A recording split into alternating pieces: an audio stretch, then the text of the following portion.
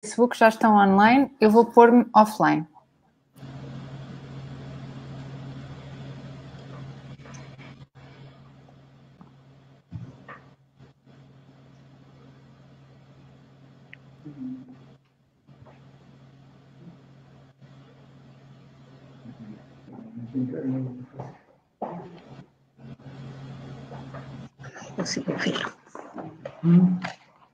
Gertrudes, pode começar.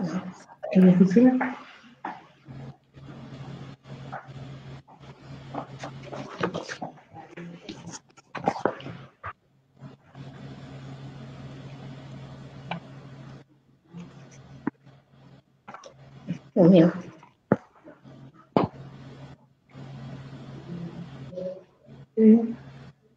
Que luz? Então, agora não.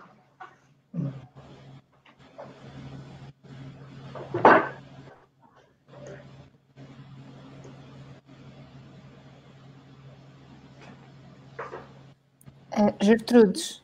Gertrudes. Sim? Pode começar. Tá bem, obrigada.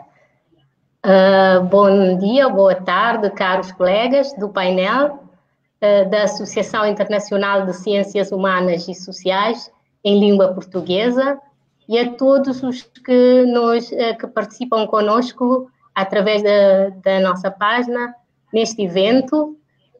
Desejo a todos um feliz Dia da África.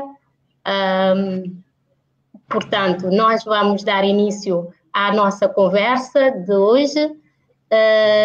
Hoje, que é o dia 25 de maio, rememoramos esta data que em 1963 a Organização da Unidade Africana, atualmente OUA, reunida em Addis Abeba, Etiópia, definiu como sendo o Dia da Unidade e da Libertação da África. Posteriormente, data essa ratificada pela ONU como Dia da África. Assim, o 25 de maio celebra, pois, a ideia de uma África unida e livre. Esta ideia que foi gerada pelo movimento panafricanista nos finais do século XIX, inícios do século XX, e que foi assumida por visionários africanos que lideraram os movimentos da libertação e da independência dos povos deste continente, do jugo colonial, entre eles Kwame Nkrumah, Amílcar Cabral, entre tantos outros.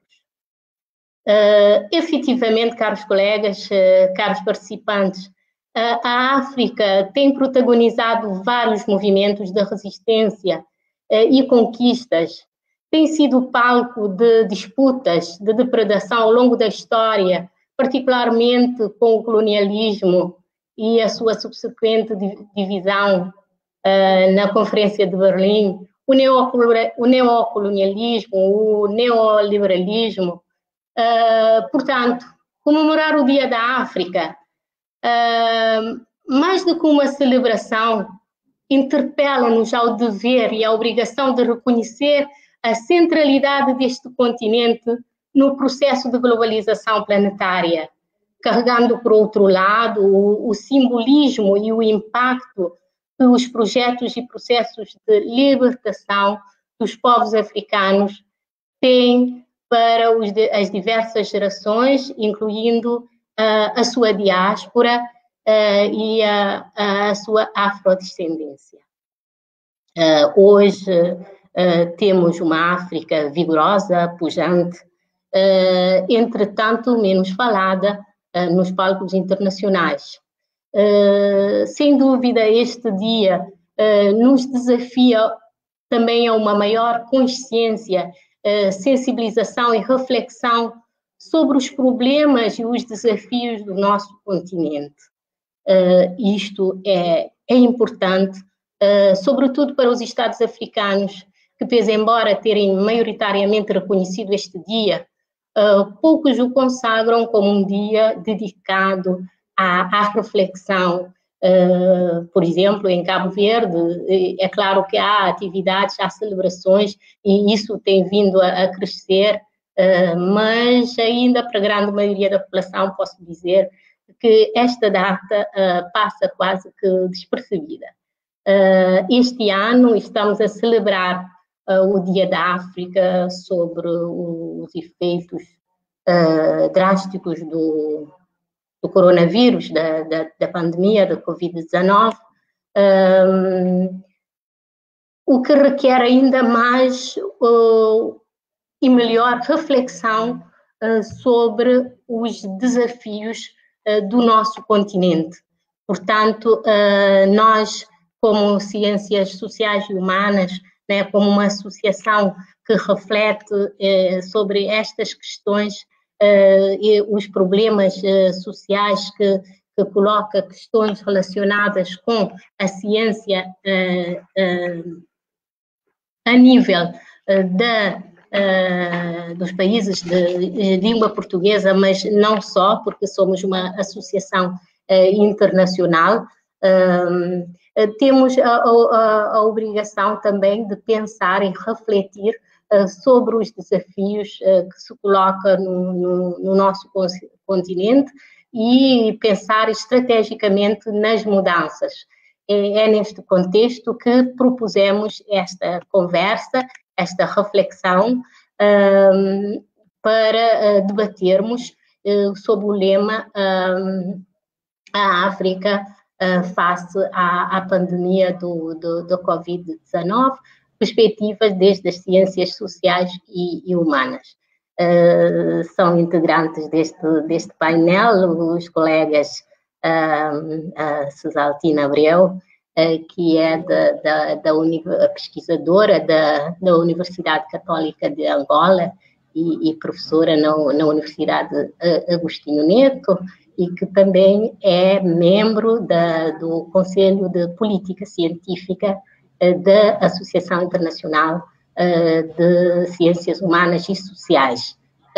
Temos também o doutor Carlos, colega, né, Carlos Cardoso, da Guiné-Bissau, que é diretor do Centro de Estudos Sociais Amílcar Cabral e é vice-presidente da Associação Internacional de Ciências Humanas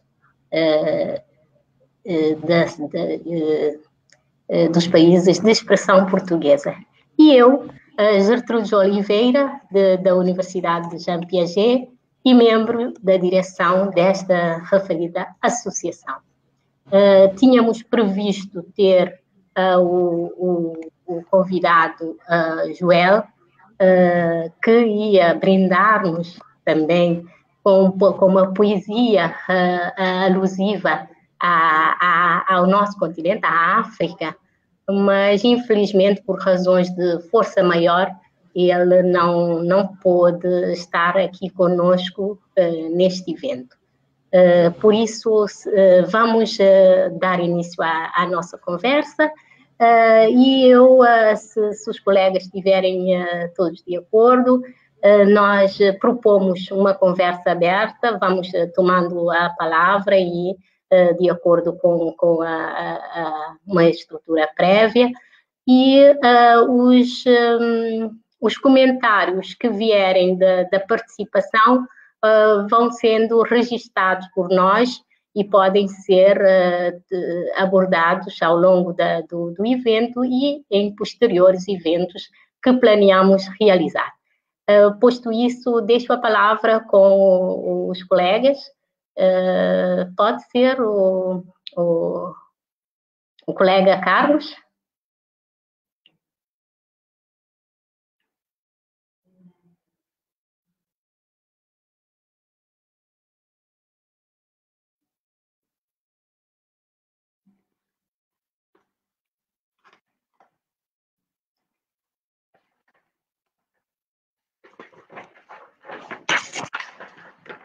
Carlos, desculpe, terá que ligar o micro.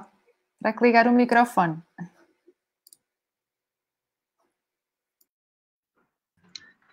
Estava eu a dizer que queria saudar aqueles e aquelas que estão a assistir a esta conversa e dizer muito brevemente que este ano é verdade que estamos a celebrar o Dia Mundial da África sob o signo desta pandemia, mas gostaria de realçar também um acontecimento muito importante, a meu ver, pelo menos para nós que estamos aqui no continente, que é a adoção de uma moeda única para os países que constituem a comunidade económica dos Estados da África Ocidental.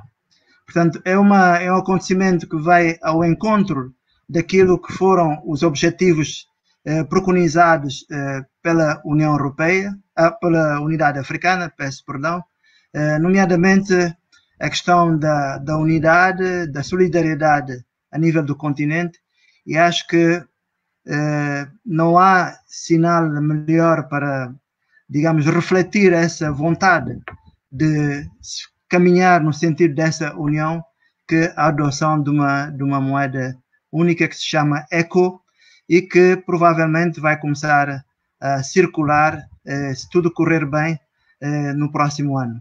Portanto, esta nota positiva eu gostaria de deixá-la aqui como introito, digamos assim, esta nossa conversa, para não ficarmos só nesse modo, digamos assim, mais negativo, que é de ver o coronavírus e outros males que possam existir na África hoje em dia. Eu só queria aproveitar a oportunidade também para saudar a associação, agradecer a oportunidade de podermos transmitir e trocar algumas ideias a partir dos nossos confinamentos respectivos e também saudar todos aqueles que nos dão a honra da sua presença e esperamos poder fazer algo que vos faça sentir no final que valeu a pena ter dedicado esse espaço de tempo a acompanhar aqui esta conversa. Muito obrigada a todos.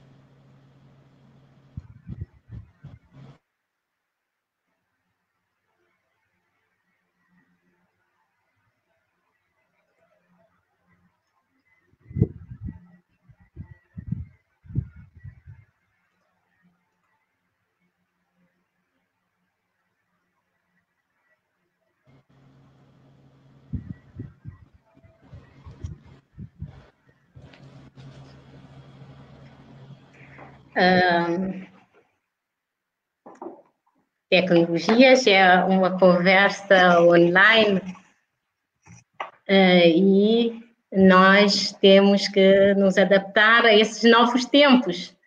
A Covid-19 veio a mostrar-nos que temos novas formas de trabalhar em conjunto e através do uso da tecnologia, usufruir desses recursos para encontrarmos respostas e continuarmos a trabalhar juntos, mesmo com a pandemia e outras crises que eventualmente vivenciamos ou possamos vir a vivenciar. Para relançar o debate, considerando que o colega Carlos apresentou pontos muito importantes prévios relativamente à nossa conversa, eu gostaria de partilhar uma imagem e uns dados. Vou tentar ver, não sei se estou a partilhar, se conseguem ver. Não sei se estão a seguir, tenho dúvidas.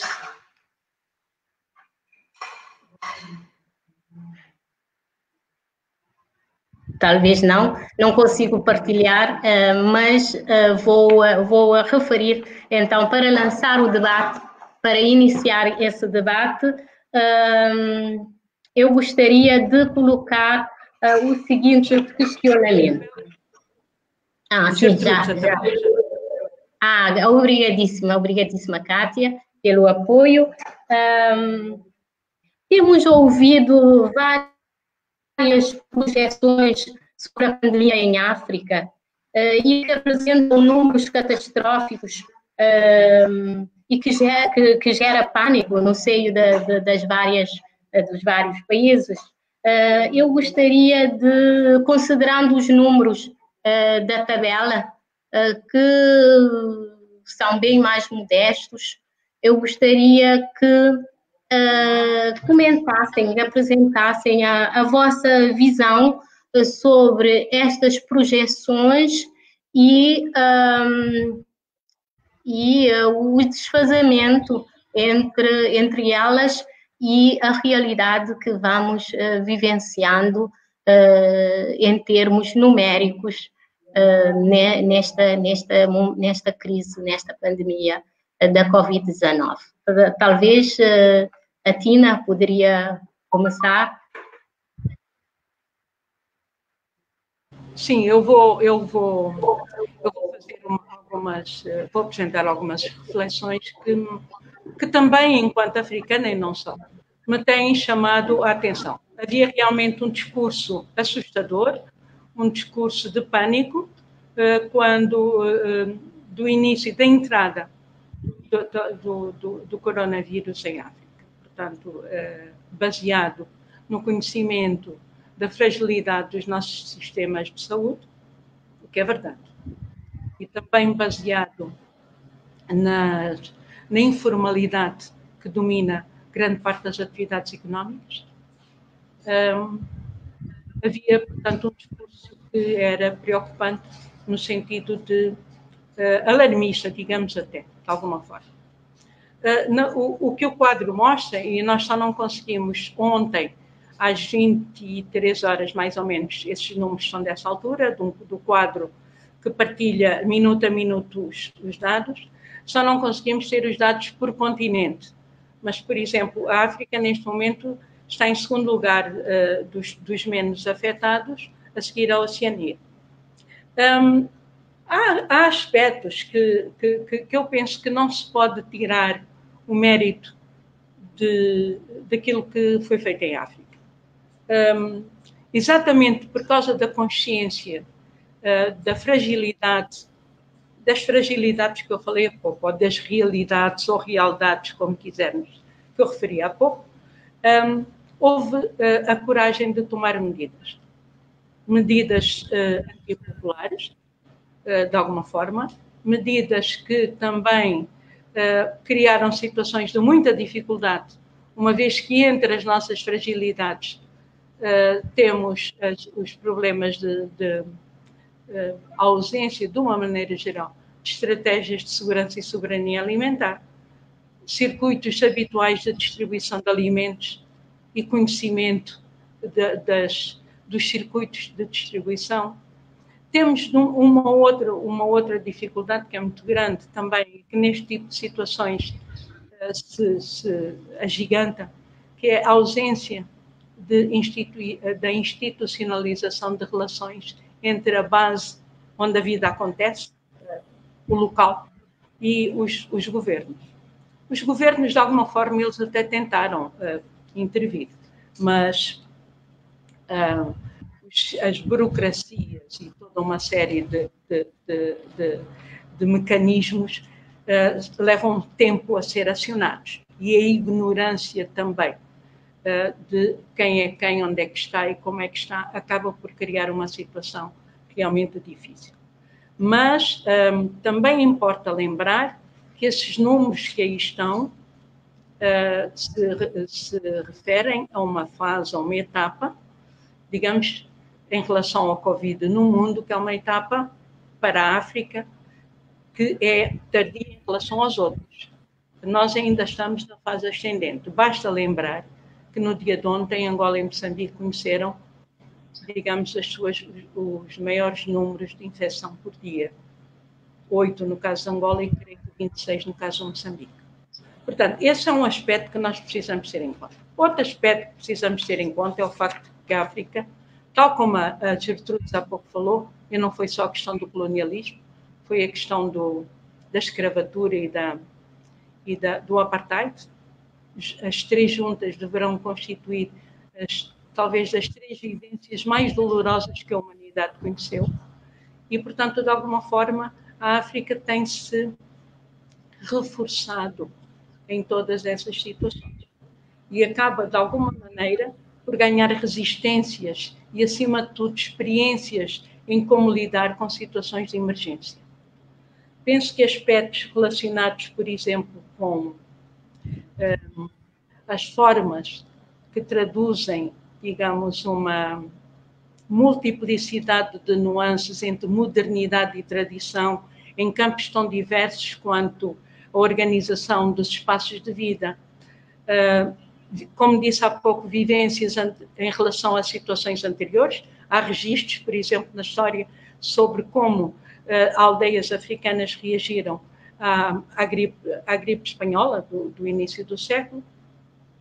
Então, nós temos uma série de aspectos relacionados.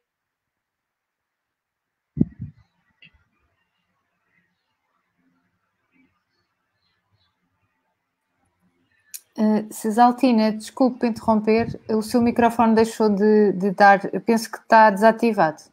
Já está. Mas eu não lhe toquei, houve qualquer coisa aí.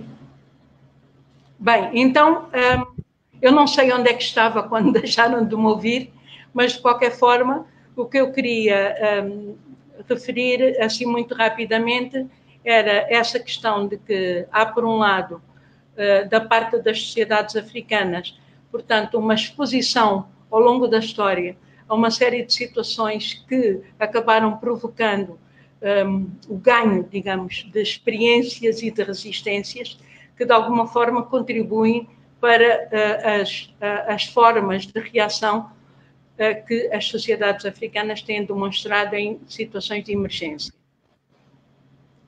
Como estava a referir-me, quando a Cátia me avisou que não tinha som, a mobilização das estruturas locais acaba por ter um papel extremamente importante, que, aliás, inclusive nas outras sociedades foi referido. Eu acompanhei as notícias e eu ouvi como em países como França, Espanha, Portugal e outros, as redes locais tiveram um papel fundamental, portanto, na organização de uma resposta o mais rápida possível, de alguma forma procurando complementar, às vezes, e noutros casos, inclusivamente, avançar, digamos, uma ação que depois, mais tarde, viria sob a forma de intervenção do Estado. Então, era muito importante nós percebermos que estes números podem vir rapidamente a mudar, no caso de nós estarmos numa trajetória ascendente ainda e de haver a facilitação, digamos assim, de alguma das medidas.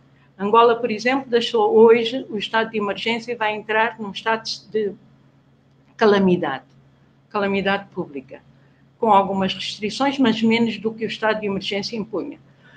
O que se espera é que realmente da parte da sociedade e de todos os atores sociais haja a tomada de consciência de que o que foi salientado no que até agora se conseguiu avaliar é que é no comportamento social e na forma como as pessoas se colocam e interiorizam essas normas do distanciamento e tudo mais, que tem estado, digamos, grande parte das possibilidades de reagir e resistir à Covid com menos o mínimo de danos sociais possível.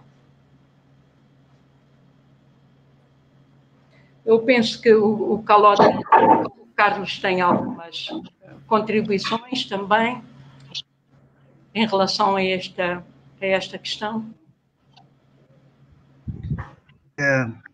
E acho que já o fizeste, Cisaltina. O que eu queria sublinhar aqui é este pânico generalizado a que assistimos quando digamos, o coronavírus começou a atuar em África. Um pânico generalizado que se converteu, inclusive, em discursos, eu diria, apocalípticos, que diziam, por exemplo, que os casos do coronavírus na África podem subir de apenas milhares, e é um discurso, digamos, que data do mês de março, que os milhares podiam transformar-se em milhões, que se podia passar para 10 milhões dentro de 3 a 6 meses, de acordo com a modulagem provisória. É um discurso, digamos, da Organização Mundial da Saúde. Mas também há observadores, como jornalistas, por exemplo, que chegaram a afirmar que a África estaria a 2 ou 3 semanas de uma situação semelhante à da Itália ou da Espanha. Isso disse, por exemplo, um articulista num dos jornais europeus. Há uma outra afirmação que diz que se a pandemia se propagasse a todos os 54 estados africanos a um ritmo acelerado, poderia custar a vida de até 10 milhões, reparem os números, 10 milhões de pessoas no pior dos cenários. Isto também se pode ler num jornal europeu. Estamos a aproximadamente 2 até 3 meses de distância desde que essas afirmações foram proferidas. Na verdade, como disse a Cesaltina, e acho corretamente, o continente africano é provavelmente um continente dos mais vulneráveis, para não dizer o mais vulnerável.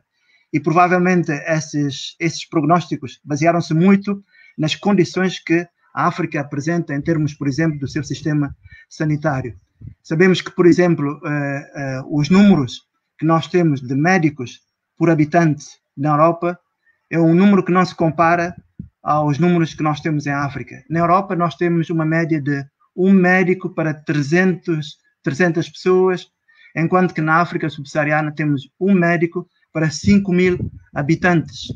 E provavelmente vamos ter que fazer alguma exceção a alguns países como a África do Sul, mas mesmo a África do Sul também tem problemas a nível do seu sistema de saúde. Mas é moderadamente mais desenvolvido que os sistemas de saúde de outros países, com, por exemplo, 3.000 camas de cuidados intensivos.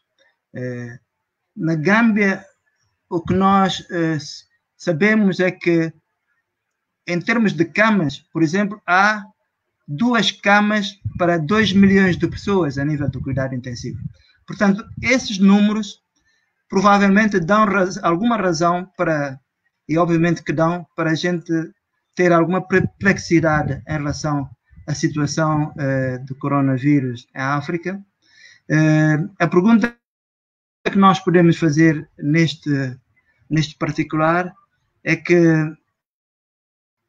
por que em África, que é um continente maior do que a China, os Estados Unidos da América e o Canadá juntos, por que neste continente continuamos a ter poucos casos comunicados, poucos casos?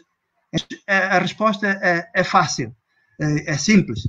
Há os que dizem que, por exemplo, que os fracos recursos do sistema de saúde tornam completamente impossível o rastreio adequado dos doentes. Isso nós sabemos que é parcialmente verdade, mas o que nós vamos ter que ver a seguir é se isso é o único componente, digamos assim, que determina em que medida nós podemos fazer face ao coronavírus. Para outros, por exemplo, há a constatação de que a demografia, e o comportamento, a idade, o clima e outros fatores que nós podemos encontrar em África poderiam fazer-nos ter medo, digamos assim, dessa situação. Penso que as ciências sociais, já que estamos a falar das ciências sociais, vão ter que fazer alguma investigação, provavelmente ainda no decorrer da pandemia, mas sobretudo depois, para, eu diria, compreender este quadro que eu considero de complexo em África. Complexo porque, por um lado, nós temos os aspectos negativos, as poucas certezas que existem sobre o confinamento, sobre os testes, como eu disse anteriormente, sobre a capacidade dos sistemas de saúde em África, mas também devido à ausência total de equipamento de proteção, né? Nós só agora estamos a produzir, a partir de invenções africanas, alguns equipamentos, mas se não temos que importar esses equipamentos do exterior. Também como aspecto negativo, ou como parte negativa da questão, nós temos que o facto de que não há possibilidade real de conseguir fechar a maioria da população em casa, devido à forma de vida, devido às próprias condições de vida, nomeadamente as condições de pobreza em que vivem, digamos, a maioria das populações. A questão da capacidade de realizar testes já foi mencionada. Esses são os aspectos negativos que nos podem fazer temer digamos assim, que provavelmente levaram as pessoas a ter essas previsões apocalípticas. Mas é preciso também sublinhar que dentro deste cenário vamos encontrar algumas coisas positivas, nomeadamente a própria incerteza sobre os fundamentos epidemiológicos, nomeadamente o facto de constar que o clima quente e úmido pode abrandar a transmissão do vírus, a questão da idade média da população africana, que é muito mais jovem. Só para dar um exemplo, na Itália, por exemplo, nós temos uma população cujos idosos representam cerca de 24% da população, enquanto que em África nós temos uma percentagem de 5%, digamos assim, dessas pessoas que representam uma faixa etária mais velha, digamos assim. Em contrapartida, o que nós verificamos é que em África nós temos, mais precisamente, os menores de 25 anos prefazem cerca de 60% da população do continente. Portanto, é uma situação, eu diria, muito mais complexa do que nos foi apresentada, pelo menos inicialmente, mas eu diria que, independentemente do quadro que nos queiram pintar, nós devemos olhar para a pandemia com as nossas próprias lentes e, sobretudo, enfrentar essa pandemia a partir das leituras que nós fazemos, a partir da leitura que os nossos cientistas fazem. E aqui eu chamo a atenção para a contribuição das ciências sociais nesse aspecto, para dizer que provavelmente nós temos uma oportunidade histórica, nós os africanos, para mobilizarmos a nossa inteligência e compreender numa primeira instância o que realmente se passa, para só depois nós passarmos, digamos assim, a fazer conjecturas e a fazer leituras, mas leituras essas que devem ser mais consentâneas com a nossa própria realidade.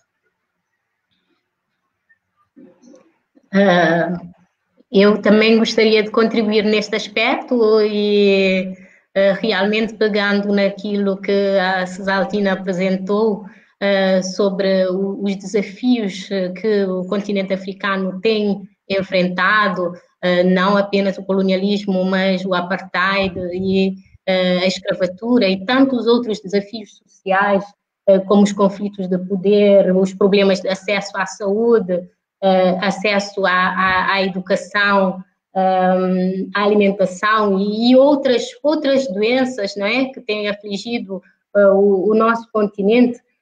Neste contexto, é importante, e também pegando um bocado no que o Carlos disse, é importante referirmos ao papel e a necessidade de uma abordagem multidisciplinar do conhecimento e ao papel das ciências humanas e sociais, sobressaindo a necessidade de criar uma ampla plataforma público, sociedade, ciência, para mitigar e ajudar a resolver esses problemas. E, pegando em tudo isso, eu gostaria de relançar ou focalizar o debate, a nossa conversa, na seguinte questão.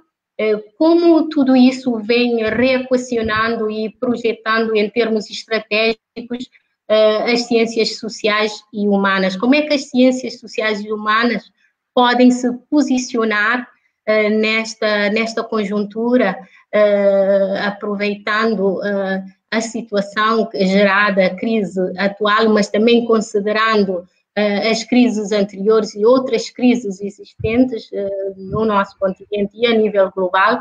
Como é que as ciências sociais e humanas podem posicionar para ajudar a encontrar respostas a essas situações? Neste momento estamos a falar de uma crise sanitária, mas não podemos vê-la apenas numa perspectiva biomédica.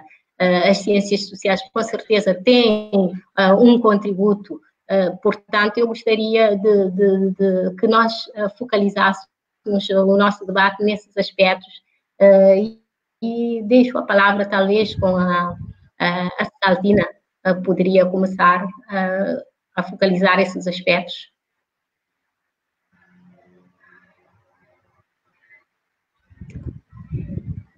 Nós temos uma série de...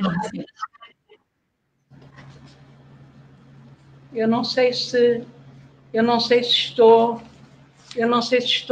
com o microfone ligado. Neste momento, aqui tem o sinal que está ligado. Estão a ouvir-me?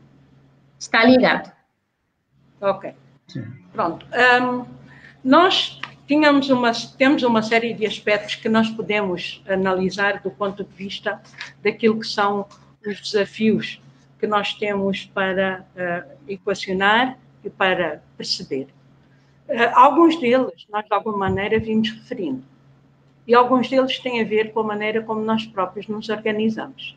Tem a ver com a maneira como nós, do ponto de vista das relações sociais e do poder, somos capazes de estabelecer interações que permitam incluir os diferentes tipos de conhecimento e o conhecimento científico nessa perspectiva que a Gertrudes referiu, portanto, uma perspectiva interdisciplinar. Porque não é apenas a academia que produz conhecimento sobre a sociedade. A academia produz conhecimento científico. Mas a academia tem de realmente preparar-se e tem de ser capaz de trabalhar com a sociedade, com os diferentes grupos sociais.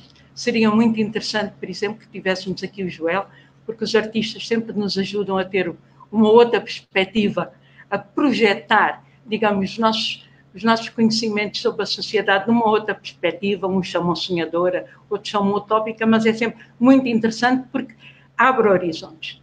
Então, esse é um aspecto que eu penso que também é importante referir. Agora, houve uma situação que me parece que, de alguma maneira, aconteceu em todo o lado e que em África também não foi diferente. Portanto, trata-se da questão de se ter assistido nos debates da televisão, nos discursos dos poderes instituídos, nas próprias redes sociais, importa lembrar isto, a revalorização da ciência. Não só pela necessidade de compreender o que é que estava a acontecer e, portanto, disso remeter para uma série de conhecimentos relacionados com a doença, com o transmissor, com a forma como, por exemplo, se deu a propagação, que é uma coisa muito interessante. O coronavírus seguiu os passos do homem, que precisa para se como seu hospedeiro, mas não foi de um homem qualquer. Ele seguiu, digamos, a rota da globalização urbana. Então, uma das conclusões que a gente pode tirar assim à partida, não foram os pobres que propagaram o coronavírus. Pelo contrário, foi a alta finança e governantes e por aí. Bem, mas voltando ao que nos interessa.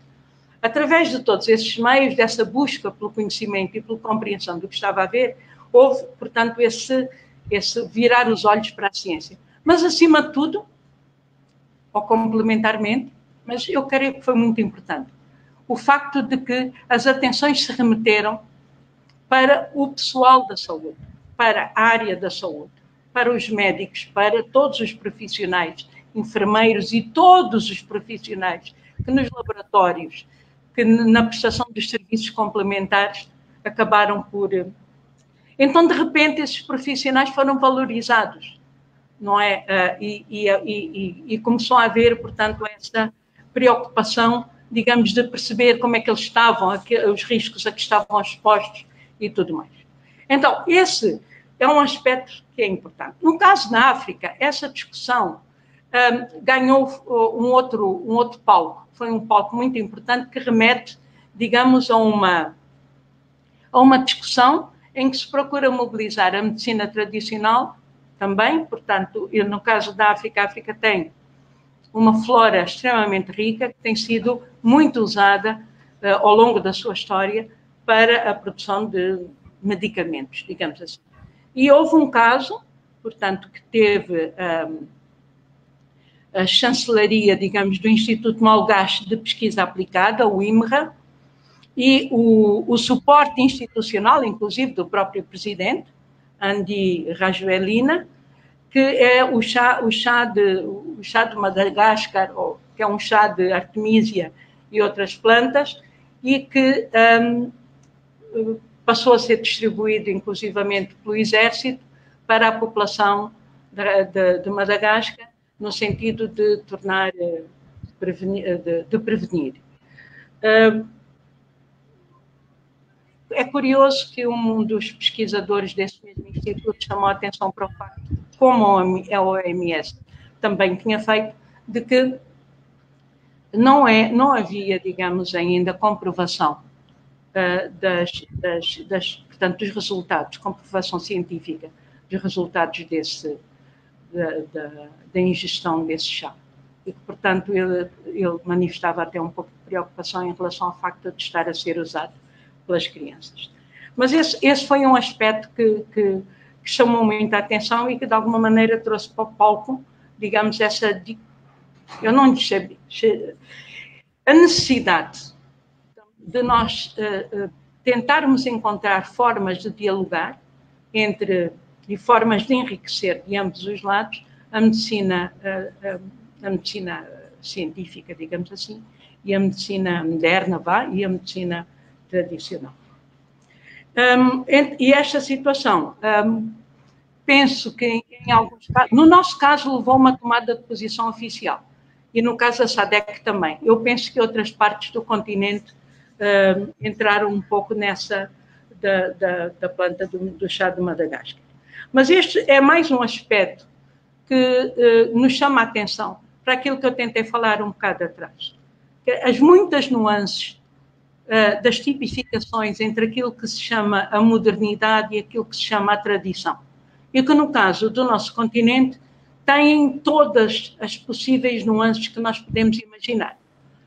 Desde as formas de organização de vida, os espaços de vida, as questões de direitos, as questões de organização da vida, etc. Portanto, nós precisamos realmente de levar esta questão mais a sério e de procurarmos, inclusive a partir desta experiência, tentar estabelecer formas de diálogo entre estes tipos de conhecimentos ditos ancestrais ou tradicionais e o conhecimento científico, de forma que nós possamos realmente tirar vantagem disto e poder dialogar com os vários mundos, tanto o tradicional quanto o moderno, e seremos assim muito mais capazes. Portanto, esse é outro aspecto que me parece realmente extremamente importante. E nós, com base nisso, seremos certamente capazes de reorganizar a nossa vida no sentido de evitar que as causas que estiveram na origem desta pandemia e que cientistas em todo o mundo continuam a atribuir aos comportamentos humanos, às opções económicas e políticas, principalmente a associação do capitalismo, neoliberalismo, nesta última etapa, e que realmente levaram a uma exaustão, levaram a uma situação de desequilíbrio profundo nesta nossa casa comum, esquecendo-nos nós de que nós não somos os únicos seres vivos que aqui estamos. Portanto, é importante, e houve vários avisos nesse sentido, de que nós sejamos capazes de gerir esta situação de forma a que possamos não só reorganizar, porque eu tenho muito medo quando se fala na retomada. A minha preocupação é sempre pensar, mas será que essas pessoas, quando falam em retomar, estão a assumir que a gente só teve aqui um intervalo, uma paragem, e que depois vamos sair do confinamento e vai estar tudo como estava antes? Eu penso que temos que pensar muito seriamente que realmente haverá aqui uma situação de AC e DC, e não é antes de Cristo e depois de Cristo. É antes do Covid e depois do Covid. E nós precisamos, como dizia o Carlos há pouco, precisamos de aproveitar esta oportunidade, aproveitar uma série de fatores que temos a nosso favor, para corrigir os fatores que não estão, que neste momento nos colocam numa situação de desvantagem, como toda uma série, o acesso a serviços públicos, as relações sociais e de poder, etc., para tentarmos então encontrar um outro quadro de funcionamento, portanto, da nossa vida. Há só um aspecto que eu queria referir aqui, que tem a ver com o facto de que as formas de organização da solidariedade ao nível local têm mostrado, e eu penso que essa é uma experiência partilhada pelo que eu percebi das pesquisas que fiz nos nossos países, em que tem havido uma mobilização local para a organização, por exemplo, de cozinhas comunitárias, para a organização de cuidados com crianças e na rua e de mais velhos que estejam desamparados. E, portanto, tudo isto são experiências, são lições que nós precisamos reter para, de imediato, por um lado estudar, mas por outro lado encontrar as formas de, na prática, procurar institucionalizar, digamos, estas múltiplas interações que nos podem permitir realmente melhorar significativamente aquilo que é a nossa vivência no dia-a-dia. Há uma série de outros aspectos que nós precisamos considerar, mas eu creio que, neste momento, eu ficaria por aqui, talvez num outro momento voltasse com algum comentário. Tenho certeza que o Caló terá aspectos a considerar aqui. Sim, com certeza, uma visão ampla do papel das ciências numa perspectiva multidisciplinar podem assumir neste contexto para provocar a mudança estratégica e apoiar na resolução. E é nessa base que, antes de passar a palavra ao Carlos, eu gostaria de desafiá-lo para a leitura de uma imagem que eu gostaria de partilhar o meu ecrã. Não sei se eu não conseguir, eu vou pedir a ajuda da Kátia. Vou tentar. Se não conseguir, talvez a Kátia me possa ajudar para mostrar uma imagem. Se calhar, não.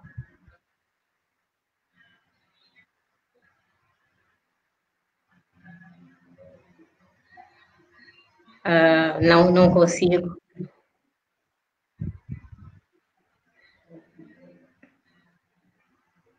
A Kátia está aí?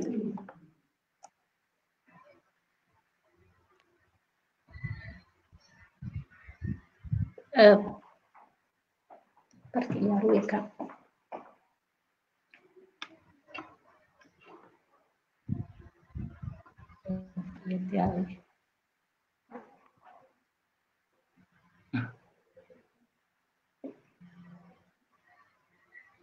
Não consigo.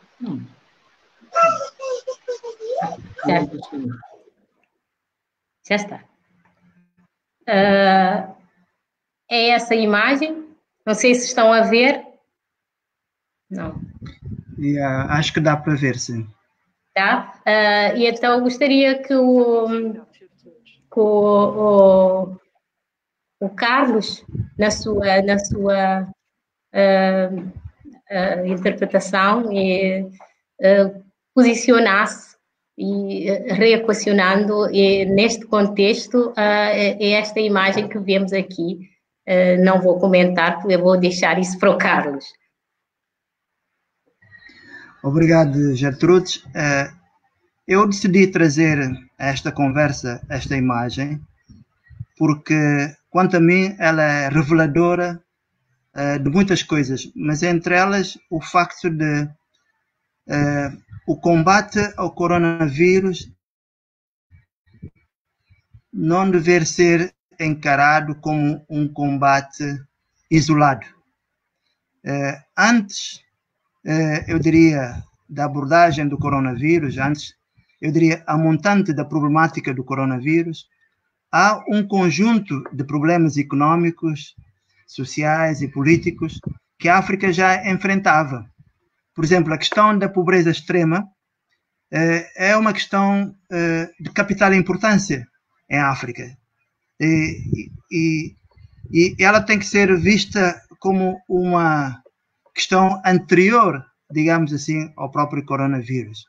A África estava a lutar, quando chegou, eu diria, o coronavírus, a África estava a lutar para tirar da pobreza cerca de 400 milhões de pessoas. E ao lado desses 400 milhões de pessoas havia 200 milhões de pessoas que estavam a passar fome, que deviam sair dessa situação de fome. Mas também tinha outros problemas que tinha que resolver. Por exemplo, o problema climático já estava presente antes do coronavírus. nós todos assistimos nas televisões, nas rádios, as notícias sobre as secas, sobre as cheias, sobre as pragas. Eu lembro-me, por exemplo, os estragos que o ciclone Idai causou em Moçambique, creio eu, ainda este ano ou no ano passado. Portanto, há uma série de problemas que a África já vinha enfrentando, daí a necessidade de equacionar o combate ao coronavírus dentro deste quadro, digamos, de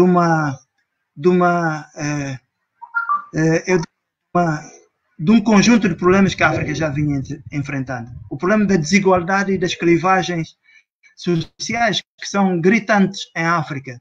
Basta ir ao Quênia, Nairobi, basta ir inclusive aqui ao país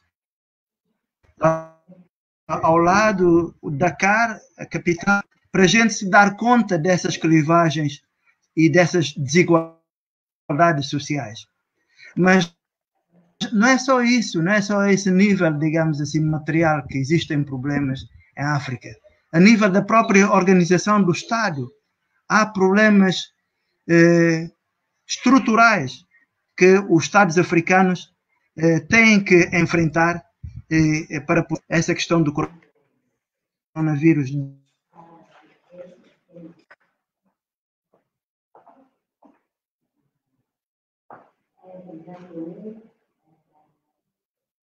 Governos em África estarem a descartar a participação efetiva de certas franjas da população é um problema, resulta justamente desse caráter autoritário desses Estados. Portanto, esse conjunto de problemas faz-me dizer o seguinte como conclusão preliminar. Duas delas.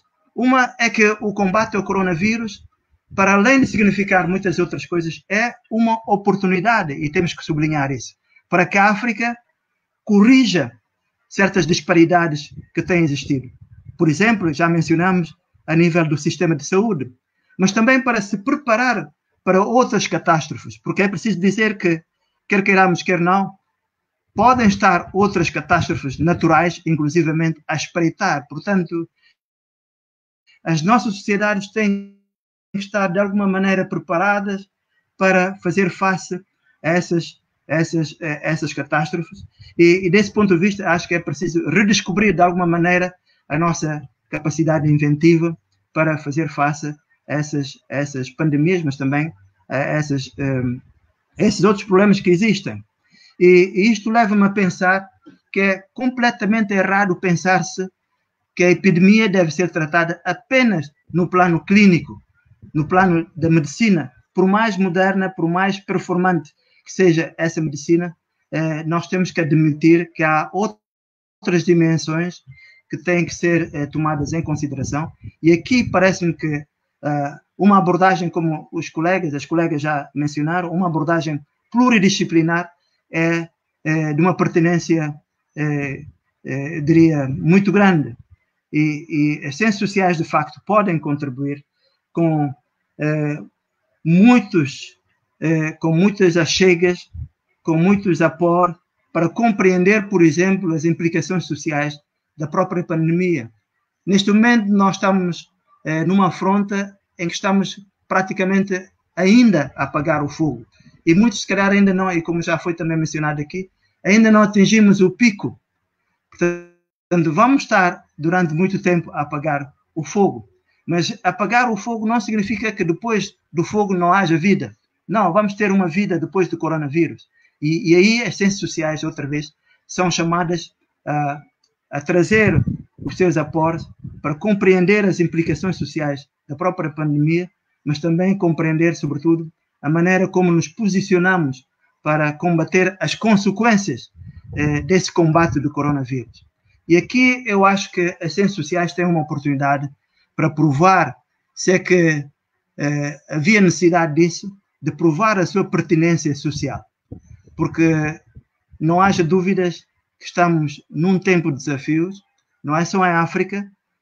Uma sondagem que foi feita no mês de março, ainda meados de março, na Europa, mostrou que entre meados de março e finais de março, havia como que 70 a 95% da população mundial que admitia estar preocupada com as consequências da Covid-19. Portanto, já nessa altura as pessoas estavam a pensar no pós-Covid-19. Portanto, e verificamos que os países africanos estavam implicados justamente nesse raciocínio, nesse pensar a situação do coronavírus. Chamar a colação às ciências sociais é uma coisa que já está a ser feita em alguns países africanos, nomeadamente, por exemplo, na África do Sul, onde as pessoas começam a fazer, os cientistas sociais começam a fazer parte de alguns comitês, outros interministeriais, mas outros não necessariamente.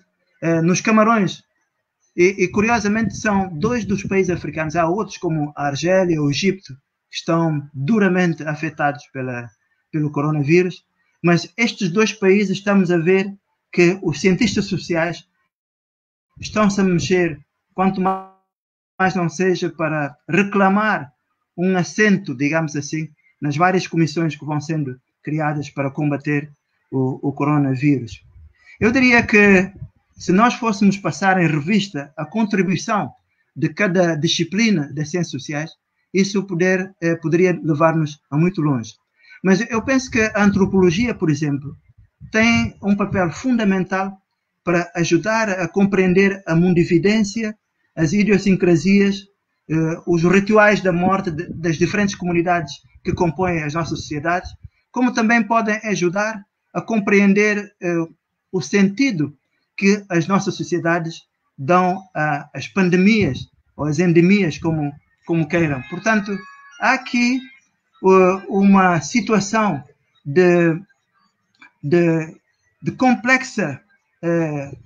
complexidade que as sociedades apresentam e que justamente requerem a participação de disciplinas como a antropologia.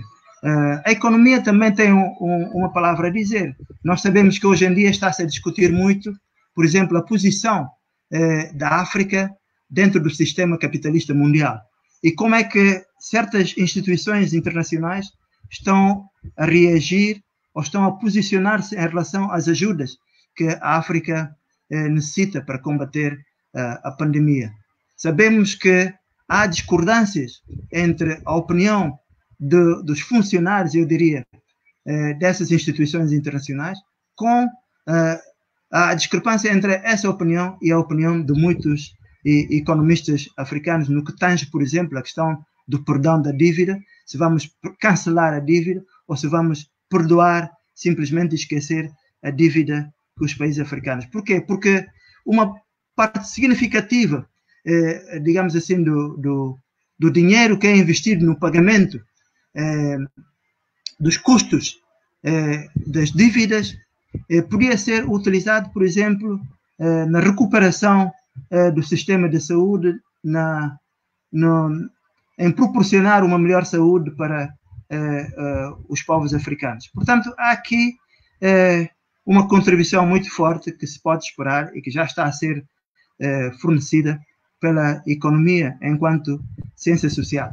Mas também do ponto de vista da psicologia social, nós podemos enumerar aqui um conjunto de contribuições que podem ser chamadas à colação para, de facto, encarar esta questão. Por exemplo, o uso da máscara, que parece ser uma coisa muito, eu diria, pacífica, não é tão pacífica assim, dizem-nos alguns psicólogos sociais e alguns socialistas.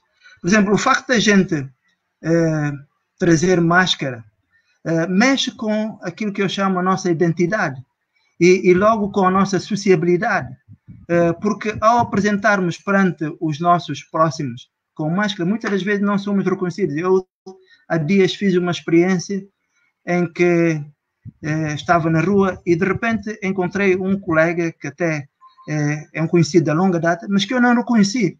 E de repente, quando a gente estava já a separar-se, ele mostrou que sabia perfeitamente quem eu era, mas não conseguia identificá-lo. Portanto, isso coloca um problema de distanciamento social no seu verdadeiro sentido. Aquilo que os alemães chamam do Entgesellschaftung. Portanto, há uma dessocialização, desculpem, que certas medidas estão a trazer e que merecem alguma atenção da nossa parte. Portanto, Carlos, eu poderia continuar a chamar a colação. Eu queria só ver aí uma questão. Ficaria por aqui. Não, é só em relação à máscara. Sim. Por um lado, tem essa questão que tu colocaste, mas por outro lado, se formos a ver o uso obrigatório da máscara, unifica-nos a todos. Quer dizer, de repente, aquilo que nós exprimimos, como nós agora estamos a conseguir fazer porque não estamos a usar máscara, não é? Temos o sorriso, temos uma série de expressões, não é? Ficam resumidas aos olhos, em todos. Claro que depois também há máscaras e máscaras, não é? Tem máscaras com cristais, tem máscaras do pano do Congo, tem máscaras institucionalizadas, como as da Polícia de Angola, que tem lá um nomezinho e tal. Quer dizer, se formos a ver também ainda de um outro ângulo, as máscaras também pela sua confecção e vão estar associadas às modas das celebridades, vão estar associadas a grandes marcas de moda e também vão estar associadas àquilo que aconteceu, creio que em todos os nossos países, que foi uma capacidade incrível da parte de pessoas a nível da sociedade de responder à carência desse meio de proteção e de produzir com os meios que tinham máscaras e que, pronto, acabaram depois por ser distribuídas. Era só essa nota de que também tem esse outro lado pelo qual nós podemos ver a máscara. Ela equaliza-nos e deixa tudo à mercê dos olhos, o espelho da alma. Não, eu acho muito bem teres trazido esta, digamos, esta outra perspectiva. Eu hoje fiquei um pouco agradavelmente surpreendido, porque ontem, como sabem, os muçulmanos festejaram o Ramadão, portanto, o fim do jejum. Portanto, hoje ainda os nossos muçulmanos estão a trazer, digamos, os trajes que utilizaram no dia de ontem para a sua festa do Ramadão. E para minha surpresa, eu já tinha visto há dias na televisão nigeriana, uma modelo da Nigéria que tinha mandado conceber máscaras adequadas à alta costura.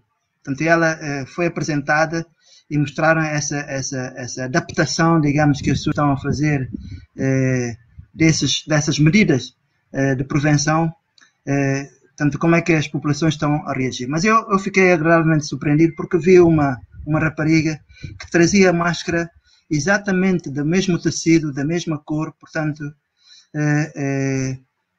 do vestido que ela trazia. Portanto, eu achei isso muito bonito, o vestido que ela trazia era muito bonito, mas achei sobretudo interessante como é que as pessoas estão a incorporar de alguma maneira no seu dia a dia algumas das medidas que estão a ser tomadas.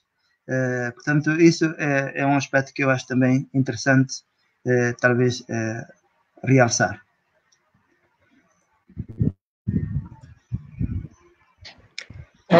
Para complementar e sublinhando aqui alguns aspectos nesta conversa sobre os desafios da interdisciplinaridade e da inovação neste contexto de crise, bem como as linhas de análise que isto nos coloca em termos das ciências sociais e humanas.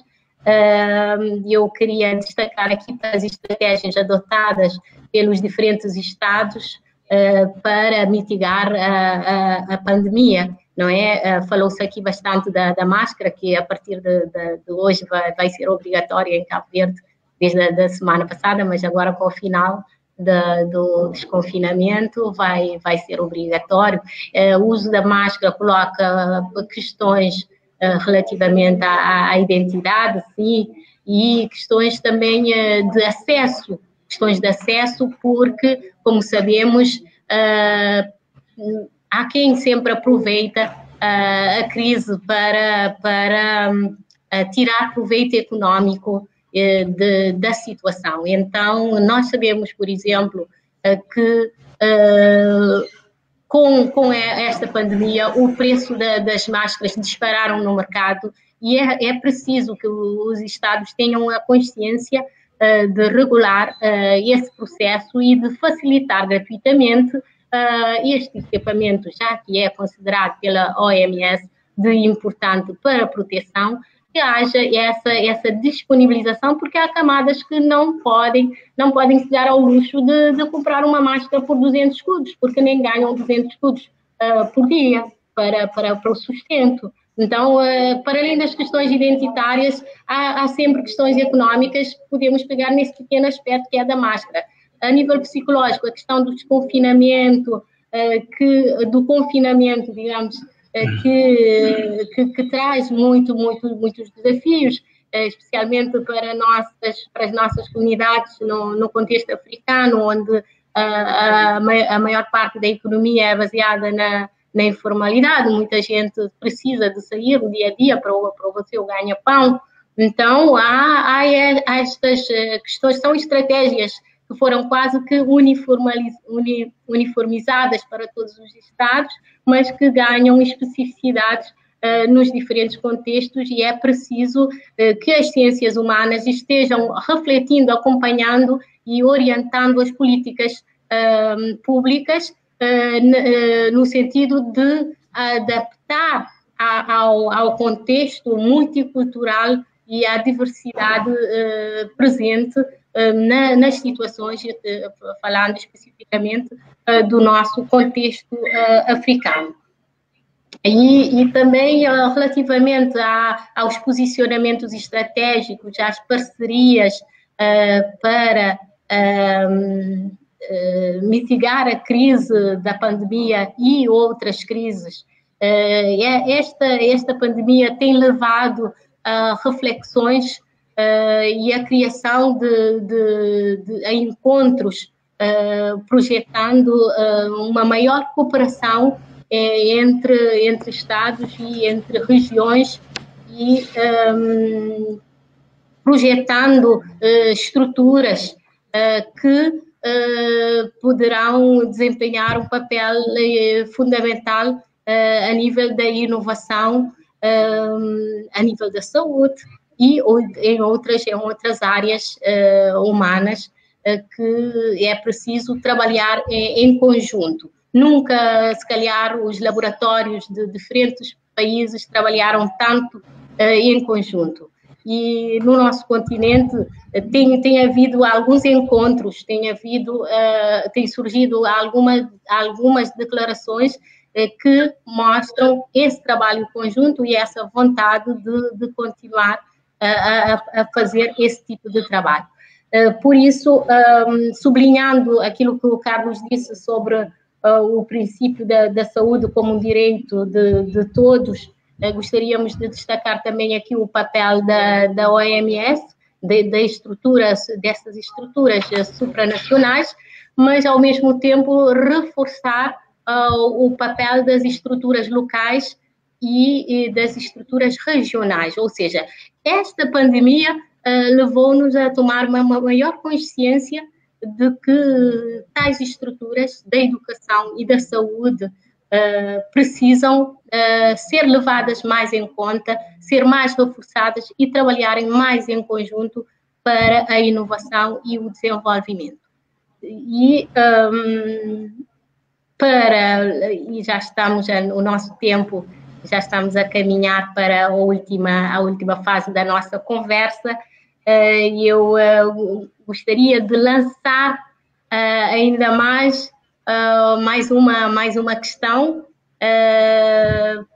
Que lições podemos tirar das experiências dos nossos contextos e como procurar influenciar os poderes públicos, a academia e as nossas sociedades, a partir da experiência da pandemia, dessa experiência que estamos tendo, que lições já podemos alinhar sobre o futuro, né, a pós-pandemia, né? Eu lanço essa questão para os colegas, como sendo, se calhar, a última neste painel. Bem, não sei quem é que vai. Avanças tu, Carlos? Avanças tu, Carlos, ou avanço eu? Avanças tu.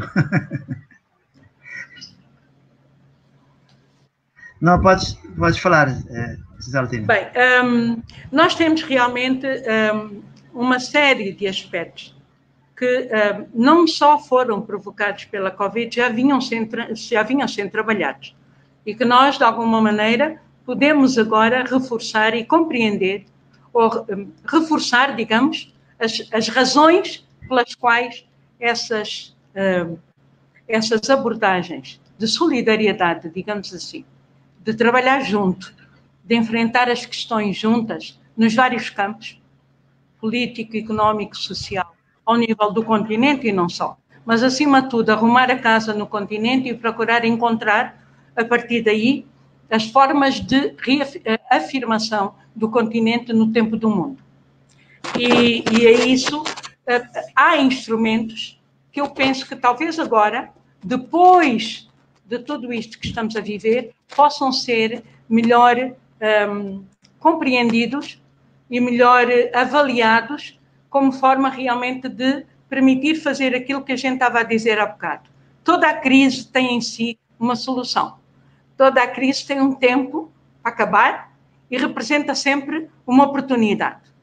A possibilidade de nós aproveitarmos essa oportunidade ou não depende de nós, da capacidade de nós percebermos que temos de nos salvar, mas temos que nos salvar solidariamente, temos que nos salvar em conjunto, mas também precisamos de ter todo o enquadramento e a dita, conhecida vontade política, que muitas vezes esteve em falta e agora mais do que nunca é chamada a criar as condições para viabilizar uma série de coisas. Porque nós não falamos aqui, mas de qualquer forma importa lembrar que o Estado, embora muitos considerassem fragilizado, apareceu e funcionou. Funcionou, mobilizou as suas capacidades, inclusive a de coerção, a legal, com o estabelecimento de estados de emergência, etc, etc. Então, nós tivemos oportunidade de ver que quando o Estado foi pressionado por uma situação, digamos, inusitada, uma situação muito forte, digamos, ele reagiu.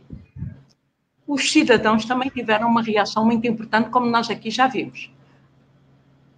Mobilizamos uma série de forças.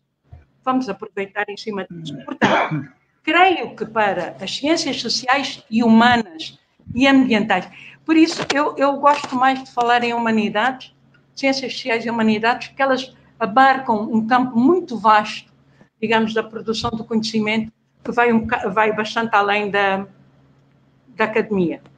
A academia tem um papel central, mas nós temos uma situação sui generis que estivemos a viver, estamos a viver, e temos de ser capazes de, entre outras, tirar algumas ilações que nos permitam olhar para a frente.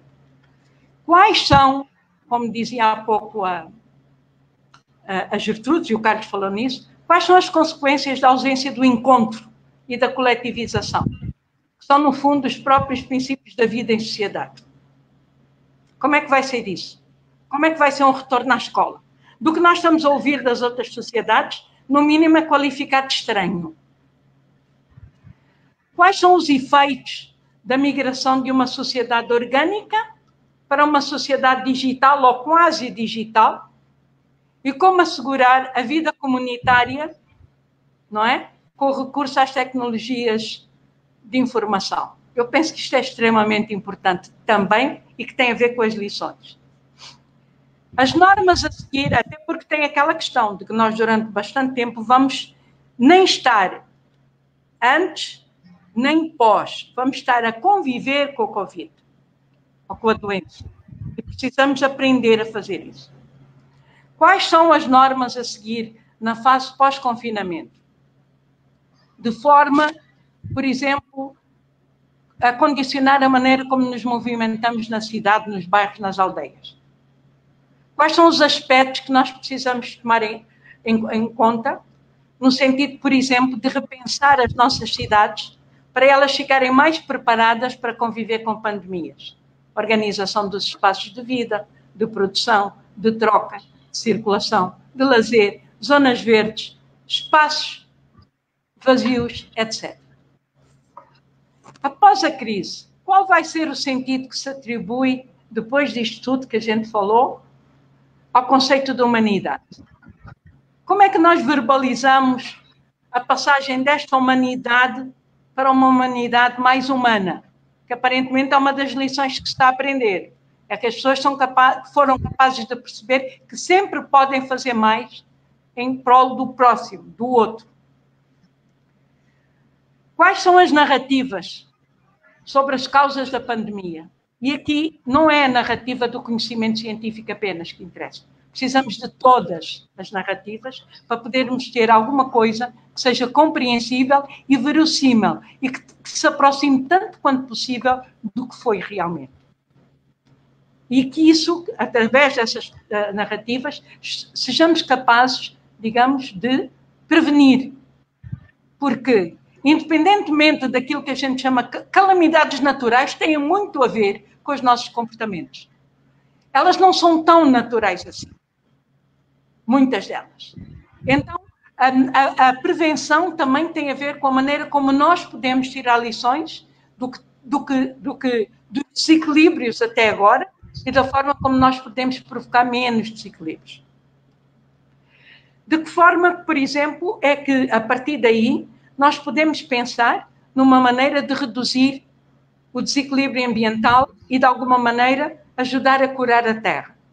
Vocês certamente ouviram, os colegas do painel e as pessoas que nos estão a ouvir, ouviram uma série de informações sobre os pássaros que voltaram a cantar em algumas cidades, o Himalaia que ficou visível, que não era visível há 30 anos, as águas de Veneza que ficaram de repente limpas, as baleias e os golfinhos que estão a aparecer de novo não sei aonde. Então, quer dizer, alguma coisa, e foi um curto período de tempo. Há um estudo já, que eu agora não me recordo, peço desculpa, mas em que avalia em cerca de 9% uma redução da emissão de gases. Então, precisamos, como humanidade, precisamos de ter isto em conta. Então, precisamos aprender para podermos ir à frente. E então, precisamos de trabalhar nessa perspectiva. Precisamos de valorizar o comportamento social que as pessoas tiveram. Precisamos perceber até que ponto a maneira como as pessoas responderam à mobilização das capacidades do Estado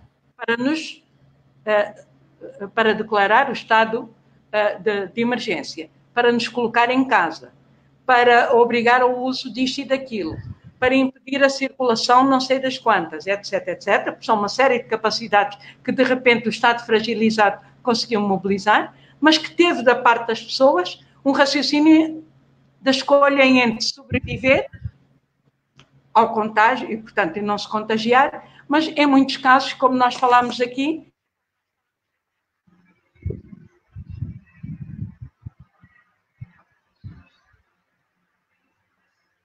Cesaltina ficou sem micro outra vez. Há muito tempo, Kátia. Bem, eu não sei há quanto tempo fiquei sem micro. Vocês... Agora mesmo, não, agora mesmo. Tudo bem. Pronto, então, nós podíamos ficar a elaborar mais sobre esta questão, mas eu penso que neste momento nós temos que tentar fazer um resumo um pouco daquilo, pelo menos da parte que eu tentei abordar. Nós precisamos, por um lado, convocar todos os atores sociais. Temos que colocar aos poderes públicos instituídos a necessidade de considerar a participação de todos os atores sociais. As ciências sociais e humanidades precisam de estar, como o Carlos dizia, precisam de estar nessas nessas comissões e nessas estruturas que têm sido organizadas para responder à saída do confinamento e depois, porque, na verdade, cabe a elas, de alguma forma, uma palavra do ponto de vista do princípio do fim de qualquer ação política, que são as pessoas. Mas, como dizia há bocado também, não cabe só à universidade falar sobre as pessoas. Cabe às próprias pessoas, através das suas organizações, através das suas redes. Então, nós precisamos, por um lado, de organizar equipas interdisciplinares, ao nosso nível, equipas multiculturais de pesquisa e de produção de soluções e de saídas, e precisamos de engajar as pessoas. Precisamos de ser capazes, por exemplo, também, de encontrar uma forma de mobilizar a comunicação social, para não transformar as coisas e para não, às vezes, não criar de uma situação que podia ser mais compreensível numa situação de alarme ou de caos. Tentar ver a comunicação numa perspectiva de política pública. E como tal, como um instrumento fundamental para nós podermos levar avante. Essas seriam, digamos, algumas contribuições que eu traria aqui nessa perspectiva de, coletivamente, identificar, debater, partilhar conhecimentos e deliberar. Penso que nós todos juntos seremos capazes de fazer melhor. Uma questão colocada aqui no bate-papo antes de passar. Já nos resta menos de 10 minutos, temos que finalizar, mas temos aqui uma questão que eu gostaria de lançar. Alguém aqui no bate-papo, a Bendita Lopes, perguntou se pessoas que vivem isoladas e estão mais...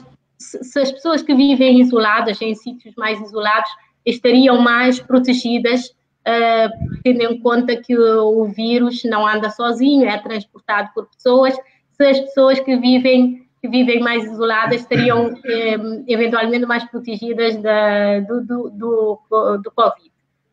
Eu vou passar a palavra, mas eu gostaria de comentar que vivemos num mundo globalizado, um mundo interconectado, um mundo em rede, e é difícil hoje em dia falarmos de completo isolamento. Os contactos, as redes de comunicação existem e são realmente uma marca do tempo em que vivemos.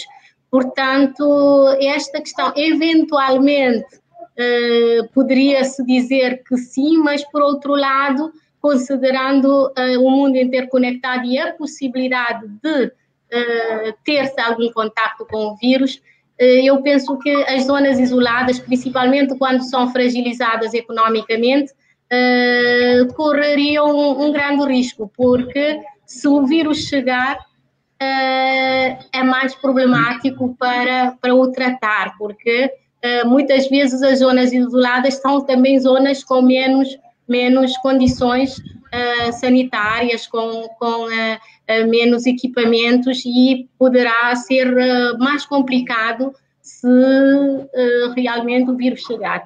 Então, essa é a minha contribuição, mas posso deixar ainda aos colegas para fazer algum breve comentário, e o Carlos, que se calhar tem alguma coisa ainda a acrescentar. A Cedaltina já sintetizou bastante a nível dos desafios e das lições que se pode tirar dessa crise. Eventualmente terá mais alguma coisa a acrescentar e a comentar sobre este assunto.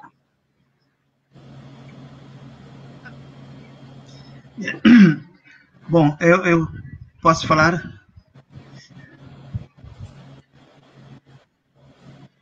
Sim. Em relação a essa questão da Bendita Lopes,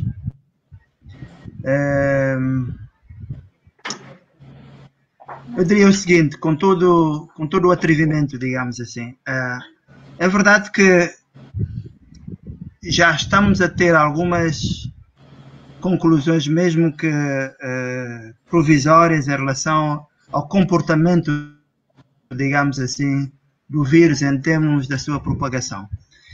Sabe-se que países que estão a sofrer mais com com o coronavírus em África são países que têm uma grande mobilidade e uma grande conexão, digamos assim, com o exterior, nomeadamente a África do Sul, o Egito, provavelmente até o Senegal.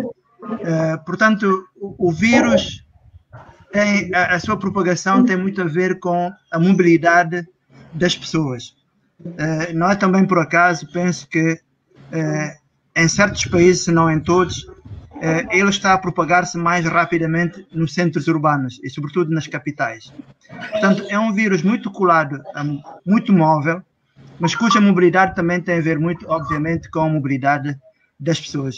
E desse ponto de vista, é possível, e também como alguns governos tomaram a decisão de, em alguma medida, isolar, digamos, os centros rurais ou as zonas rurais dos centros urbanos, portanto, protegeram-se por essa via, de alguma maneira, da propagação que podia ser mais alarmante.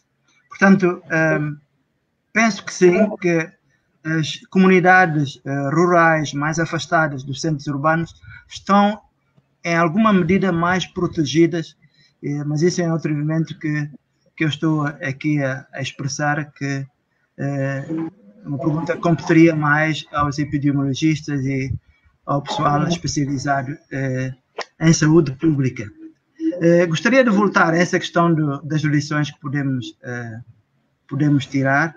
Bom, é preciso dizer que é sempre complicado tirar lições num processo que ainda está em curso, e no caso do continente africano, a propagação do vírus ainda não atingiu o auge, portanto, é demasiado cedo para tirar conclusões, para tirar lições definitivas, mas penso que algumas pistas podem apontar nessa direção de lições que podemos tirar. Eu gostaria de dizer que houve muita imitação por parte dos países africanos onde o coronavírus chegou um bocadinho mais tarde. Houve muita imitação, mas uma imitação que em muitos casos deu certo. Quer dizer que, por exemplo, quando se decidiu pelo confinamento, pelo distanciamento social e por outras medidas, mesmo o recolher obrigatório, etc., isso contribuiu em grande medida para, de alguma maneira, tornar mais leve a propagação do próprio vírus. Mas eu acho que há algumas medidas que deviam ter sido tomadas, que não foram tomadas e que estão a, de alguma maneira, revelar ser muito importantes em termos de domínio, em termos de evitar com que o vírus se propague muito rapidamente. Eu, num dos debates que tive aqui a oportunidade de fazer, disse que para certos países, para o meu, por exemplo, que uma das coisas importantes seria ter uma liderança, digamos, em termos do combate ao próprio coronavírus. Nós vimos isso em alguns países, que houve claramente políticos que assumiram a liderança deste combate, sem necessariamente ser técnicos, mas estiveram sempre ao lado dos técnicos da saúde, a acompanhá-los nas medidas que iam sendo tomadas, a encorajá-los, etc. Esse acompanhamento que eu, por outras palavras, chamaria uma liderança, isso não se verificou em muitos países e acho que está a ser cobrado muito caro a certos países, nomeadamente o próprio meu. Acho que a liderança, se houvesse uma liderança clara e assumida, para além, digamos, das medidas que foram tomadas a nível do combate, digamos, do próprio vírus diretamente, eu acho que poderia surtir melhores efeitos em termos do combate ao vírus. Disse também nesse debate que a questão da existência de uma estratégia e de um plano nacional de combate à pandemia seria um aspecto extremamente importante. Penso que o facto de não se ter dado a devida importância a esse aspecto está a ser cobrado e muito caro a alguns países.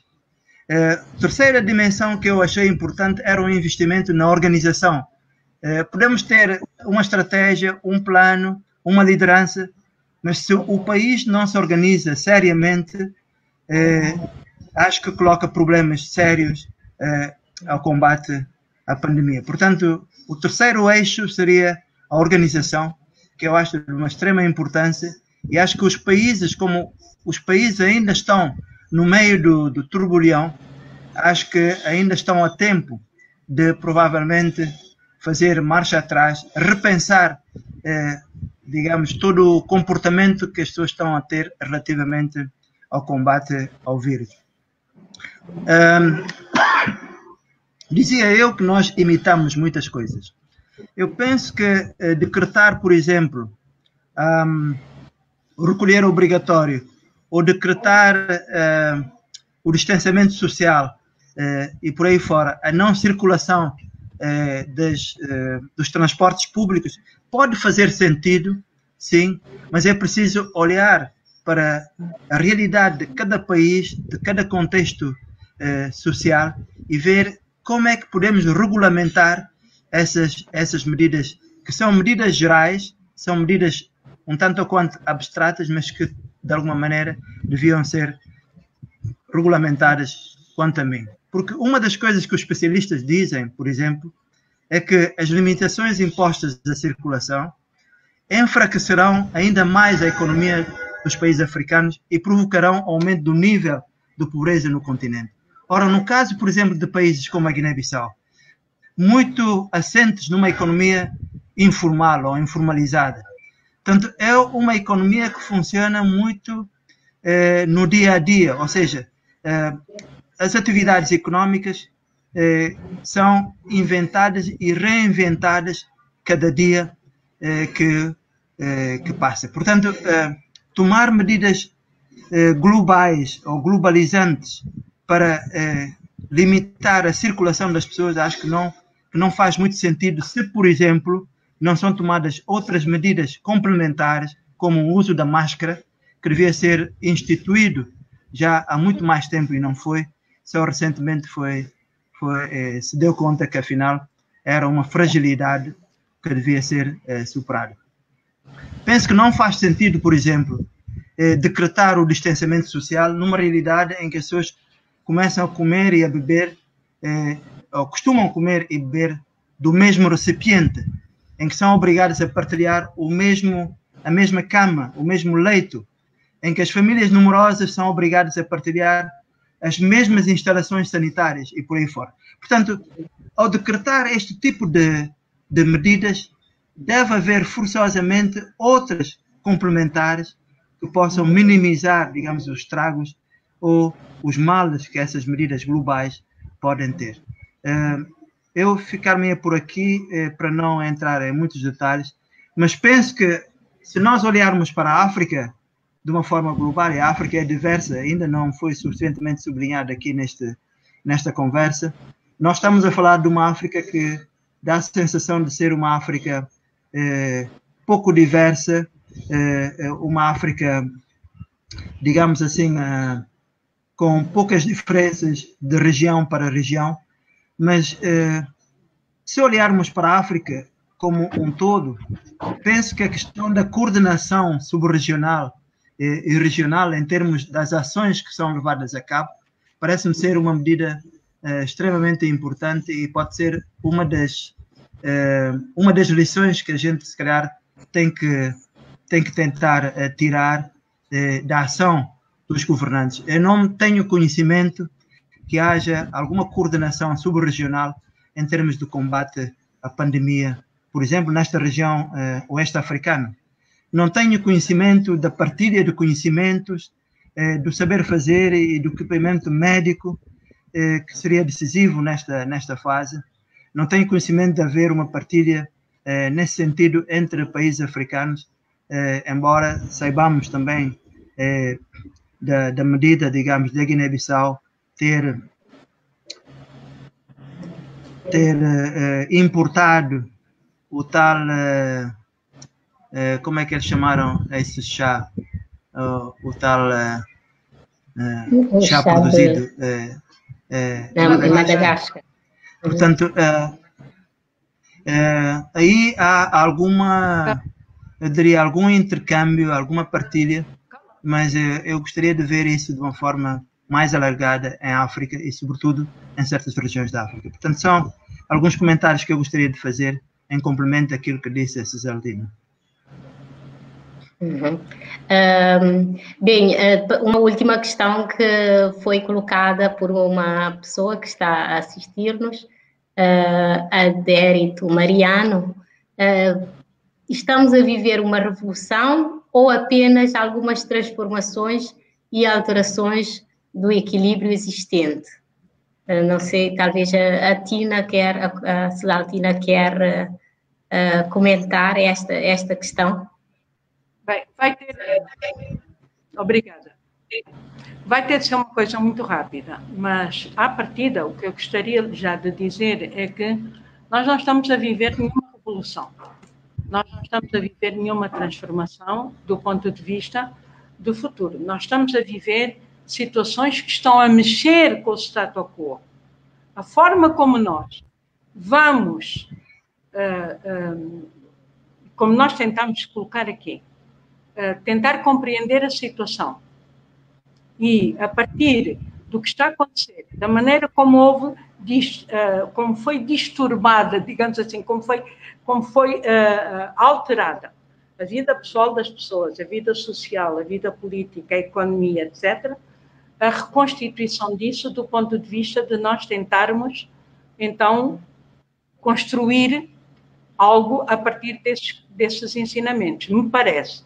Portanto, a transformação é um processo que, obviamente, começa com aquilo que a gente chama de partir-pedra, digamos assim, numa linguagem muito... E isso, de alguma maneira, está a acontecer. A maneira como nós agora vamos pegar nas pedras partidas ou vamos conseguir desenhar, ser capazes de conceber um novo desenho, um novo conceito e uma nova construção, aí, mas não é construir de novo, é construir novo. Aí, sim, podemos pensar que o efeito de ruptura, digamos, com um passado, o tal AC, possa vir a acontecer. Isso eu creio que nós procuramos aqui todos esboçar como uma possibilidade, é uma possibilidade real, mas que vai depender da maneira como nós, cidadãos e como os poderes instituídos, lidarem com essa situação. Eu queria só acrescentar em relação ao que o Carlos estava a dizer, do ponto de vista das iniciativas africanas, que a SADC está a procurar, a SADC, está a procurar mecanismos de trabalhar junto, de responder coletivamente. Eu creio que são ainda modestos em relação àquilo que podia ser e que nós gostaríamos que fosse.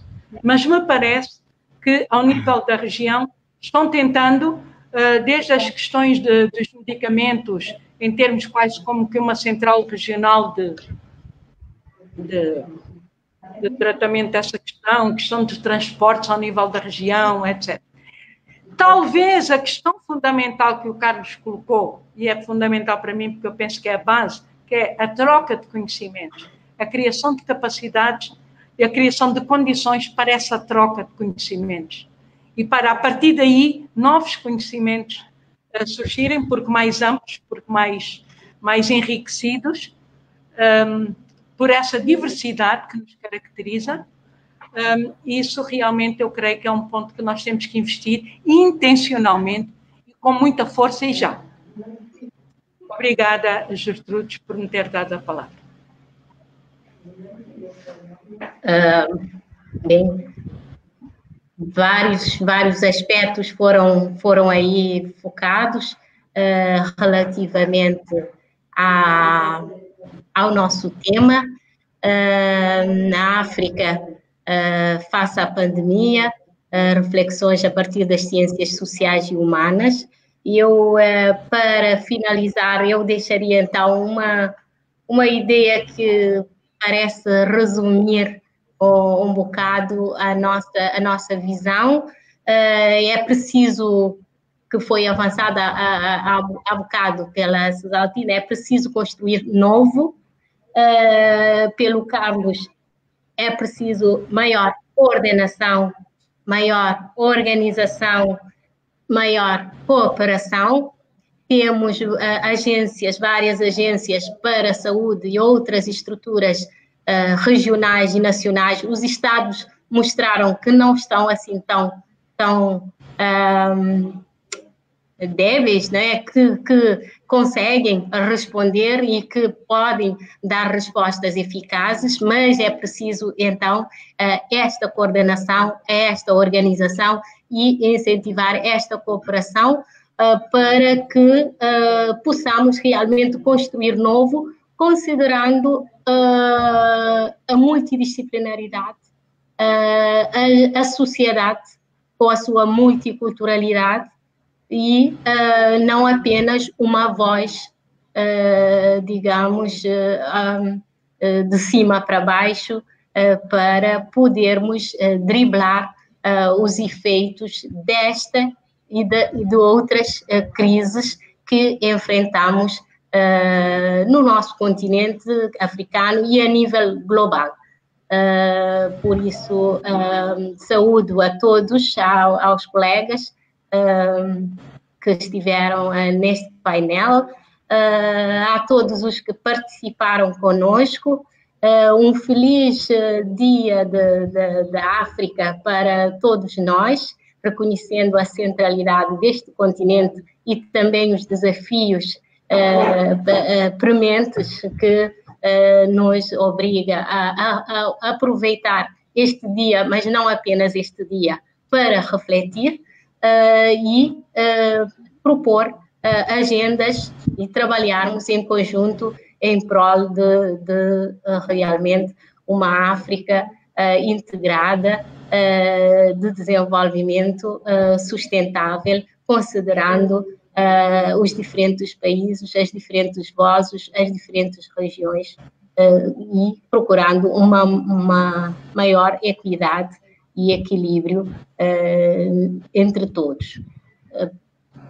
Se as colegas, o colega tiverem alguma coisa ainda a acrescentar para finalizarmos, me pareceu que a Cesaltina queria dizer algo, portanto, deixo a palavra com os colegas. Sim? Sim. Sim? A Gertrudes desejou a continuação de um Bom Dia da África. Eu queria aconselhar, entre outras, há outras muito inspiradoras, mas My African Dream, de Vicky Simpson, como eu ouvi em 96, em janeiro de 96, a ser cantada no estádio de Joanesburgo, quando foi do CAN. É uma música que, mexe com a gente. Ouçam, vale a pena. Obrigada. Nós vamos, com certeza, todos vão procurar ouvir. No YouTube, tudo vão encontrar. Eu queria agradecer a moderação da colega Gertrudes e queria também agradecer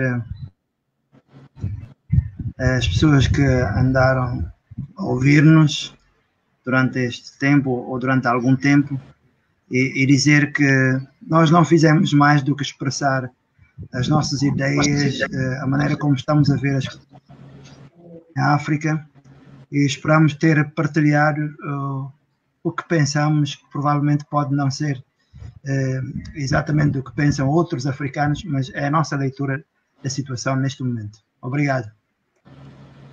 Obrigada. Agradecer também à Associação Associação Internacional de Ciências Humanas e Sociais, a nossa associação, e à comissão organizadora deste evento por nos ter convidado e por nos ter apoiado em todo esse processo, especialmente à Kátia, que esteve sempre a ajudar-nos a resolver os problemas, agora concretamente a nível tecnológico. Estamos todos estreantes, digamos, nem todos no mesmo grau, mas estreantes de alguma maneira, porque agora estamos a usar com maior intensidade essa nova forma de sociabilidade. Portanto, é uma aprendizagem que nós todos estamos a fazer, Muito obrigada a todos e assim finalizamos o nosso encontro. Obrigado. Muito obrigada, boa noite. Boa continuação do Dia da África. Obrigada. Que todos os dias Obrigado, sejam dados. igualmente. Yeah.